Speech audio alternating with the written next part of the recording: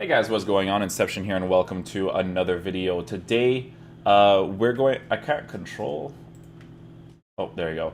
Today we're going to be checking out the Team of the Season cards. A quick disclosure, the gameplay's still absolutely garbage. I'm not going to say that it isn't, but some people wanted me to do this video so I can tell people which cards will be cool and which cards won't. You guys know I continue to make content for you guys, not for EA in general. I still am of the movement of not spending any FIFA points on the game because EA don't deserve it.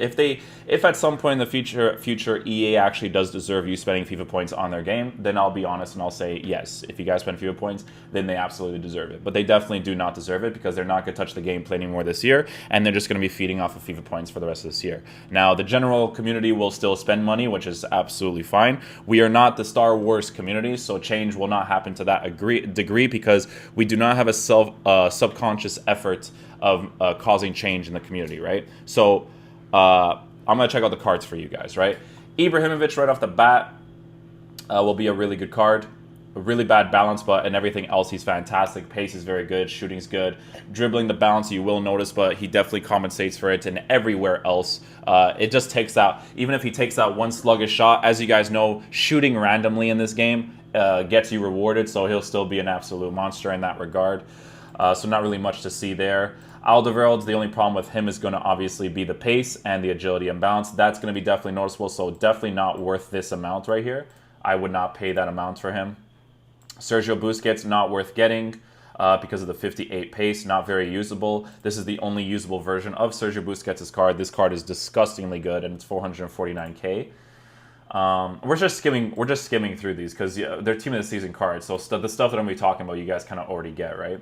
Thiago Alcantara will definitely be a fun card to use, quote unquote fun card because gameplay shit. But if you still have a Hunter on him, he does have a 5-star skill move rating with a 3-star weak foot. 3-star weak foot is definitely really crappy, but general dribbling with him will be fantastic. He is 5'9", so his dribbling will be good. His finishing will be decent.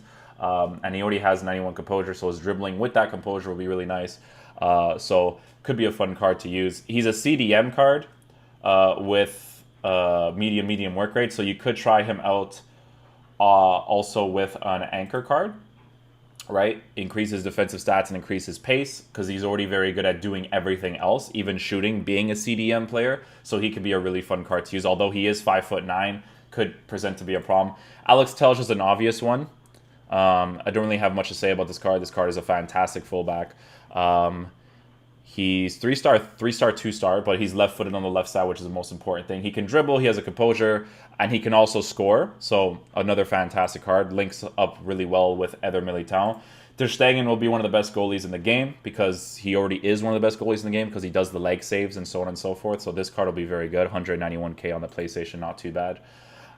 Talifico, very good card as well.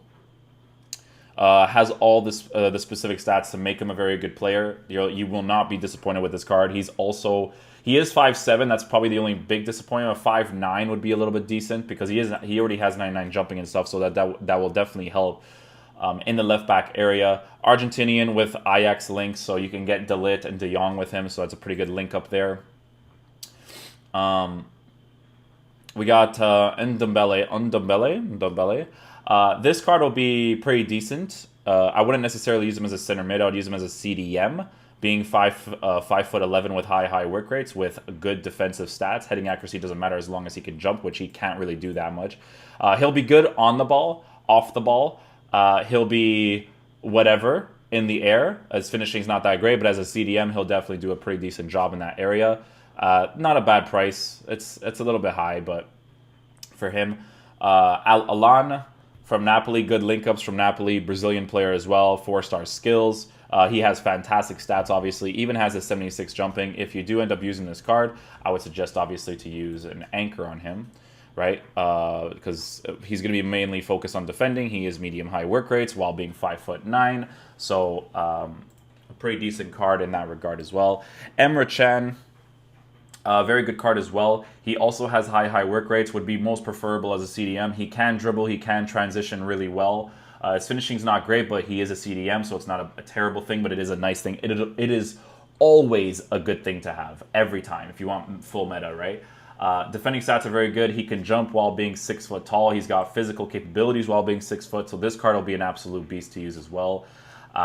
He has a 4-star weak foot as well, which is great. So you can use him in the left CDM position. Schule or Schule, not a good card. We're not even going to take a look at that. Haller is a generic card. It's either you're a fan of Frankfurt or whatever. That's the only reason why you would buy that card. Oscar is a pretty good card as well. He has a 3-star weak foot, which sucks. But he does have the 4-star skill moves. If you use his card, obviously you use a hunter on him, right? Give him the shooting and whatever, because he already has the dribbling characteristics and the passing characteristics. He does have 82 composure, which will be noticeable from time to time, but a very usable card. Carrasco is obviously fantastic. Not really much to review there, except for the 75 balance, which you can adjust with Sniper, because his pace is already very good. So if you give him a Sniper to increase his dribbling as much as possible, as well as his finishing with 94 shot power already, with 4-star, 4-star, he'll be a very, very good player.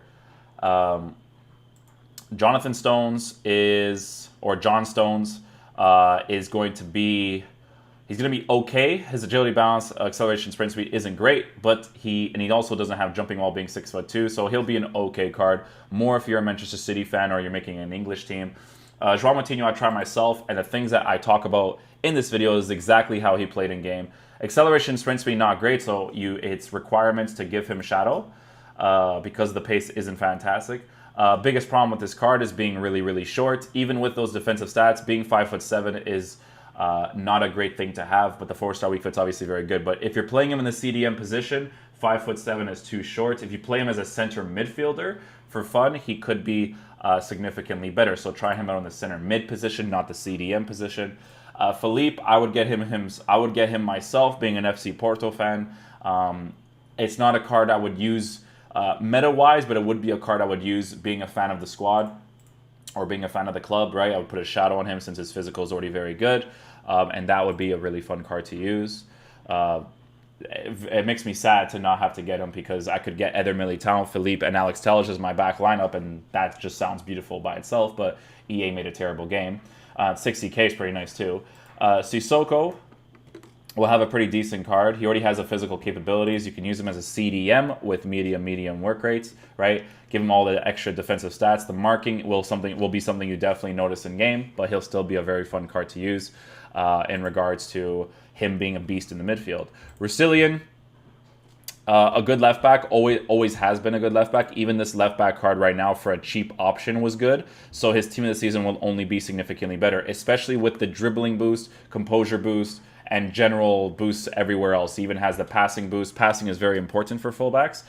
So he'll also be a fantastic card. He has 81 jumping, so if you use this card, I would use an anchor on him since his pace is already very, very good. You give him an anchor, he'll be significantly better. What else do we have here? Bergwijn.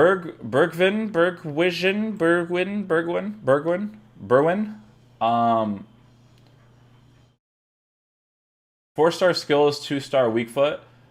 He's 64k. I would buy this card for fun, not for meta. 2-star weak foot's definitely a bad thing to have. EA should definitely create a concept where you can upgrade a person's weak foot maximum to 4-star if they are not a 4-star. If they're a 4-star, then don't allow someone to get it to a 5-star. A 4-star is the bare minimum requirement to make a player usable. So if we can level up this card to give him a 4-star weak foot in FIFA terms, that would be a fun concept to have. But obviously, EA sucks, so we don't have a concept like that.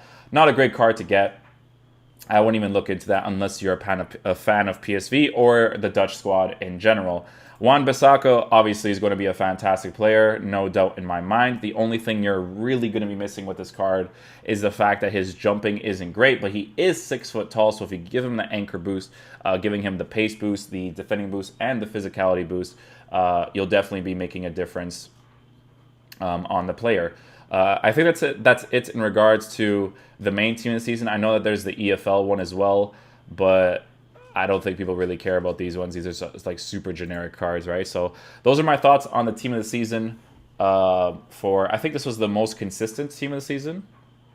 A couple good cards here and there. I would be more ecstatic for these cards if I actually liked the game, but the game is a piece of shit, so that's why I'm not really too invested in them. But that's pretty much it for the video today, guys. Hopefully you guys did enjoy it. If you guys enjoyed it, please drop a thumbs up on it. Definitely helps out the channel a lot. And let me know what you guys want to see in tomorrow's video. In regards to the Kurt video, I know some people wanted me to respond to that, but those are the types of videos I usually don't respond to. It's more like discussions in regards to the game. All I'm going to say in regards to that video is this.